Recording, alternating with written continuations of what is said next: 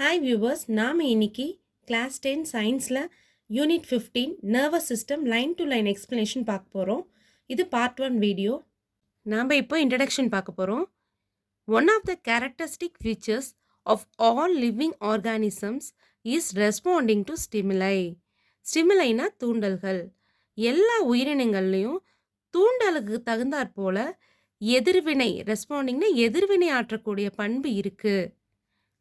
Stimulus refers to the changes in the environmental condition that are detected by receptors present in the body.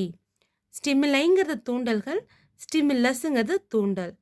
ஒவ்வொரு உயிரினங்கள்லையும் இருக்கிற ரிசப்டார்ஸ்னால் receiver's, அவங்க தான் வெளியிலேருந்து வரக்கூடிய தூண்டல்களை environmental கண்டிஷன்லேருந்து ஏற்படக்கூடிய மாற்றங்களால் ஏற்படக்கூடிய தூண்டல்களை டிடெக்ட் பண்ணுறவங்க இந்த receptors. Relevant changes in the activities of the organism to a particular stimuli are called their reactions or responses. அதாவது குறிப்பிட்ட ஒரு தூண்டலுக்கு தகுந்தாற் போல அந்த உயிரினம் தன்னை ரிலவெண்ட் சேஞ்சஸ் தன்னை மாற்றிக்கக்கூடிய பண்பை தான் எதிர்வினை ஆற்றல் அப்படிங்கிறாங்க. ரியாக்ஷன்ஸ் ஆர் ரெஸ்பான்சஸ்னால் எதிர்வினை ஆற்றுதல்.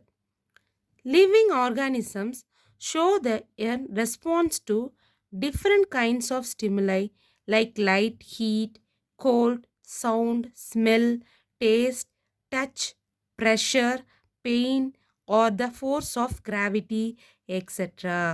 ஒவ்வொரு உயிரினமும் ஸ்டிமுலைக்கு தகுந்தாற் போல் தூண்டலுக்கு தகுந்தாற் போல், அதாவது இங்கே தூண்டல்கள்னு எதை சொல்கிறாங்கன்னா லைட், ஹீட் அதாவது சூடு, குளிர்ச்சி, அதிக sound, bad smell, good smell, இந்த மாதிரி டேஸ்ட், இது எல்லாத்துக்கு தகுந்தாற் போல் ரெஸ்பாண்ட் பண்ணுவாங்க அப்படின்னு சொல்கிறாங்க.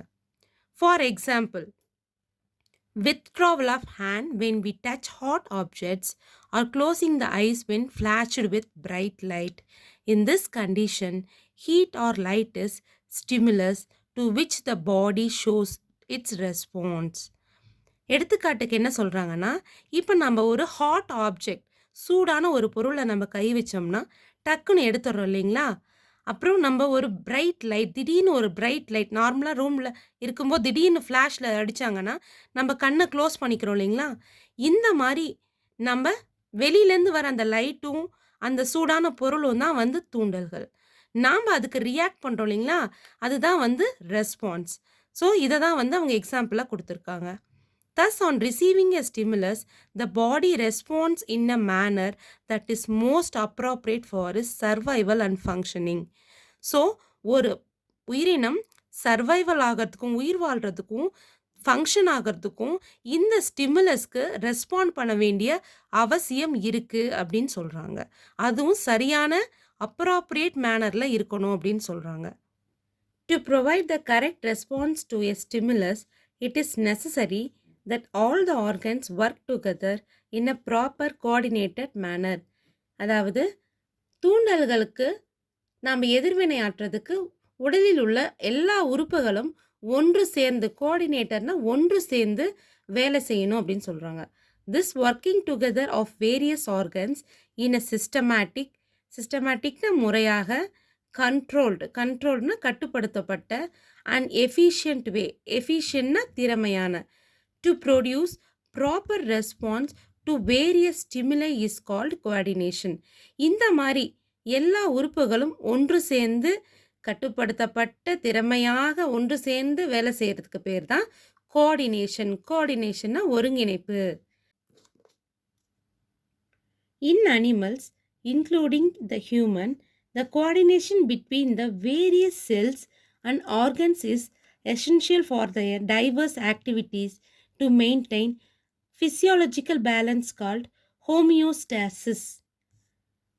மனிதன் உட்பட எல்லா விலங்கினங்கள்லையும் இந்த மாதிரி செல்ஸும் பல்வேறு உறுப்புகளும் ஒன்றா சேர்ந்து பல்வேறு டைவர்ஸ் ஆக்டிவிட்டீஸ்னால் பல்வேறு நடவடிக்கைகளில் உடலியல் சமநிலை, ஃபிசியாலஜிக்கல் பேலன்ஸ்னால் உடலியல் சமநிலையை ஏற்படுத்துறது தான் ஹோமியோஸ்டாசிஸ் அப்படின்னு சொல்கிறாங்க. In this unit, we shall learn about one of the major regulatory systems, the nervous system and its control over the body activities. இந்த யூனிட்ல ஒழுங்குமுறை அமைப்பான நரம்பு மண்டலத்தை பற்றி தான் இந்த பாடத்தில் பார்க்க போகிறோம். இந்த வீடியோ உங்களுக்கு பிடிச்சிருந்தா மறக்காமல் லைக் பண்ணுங்கள், சேனலை சப்ஸ்கிரைப் பண்ணுங்கள். பார்ட் 2 வீடியோட லிங்க் டிஸ்கிரிப்ஷனில் கொடுத்துருக்கேன், ஃபாலோ பண்ணிக்கோங்க. தேங்க்யூ.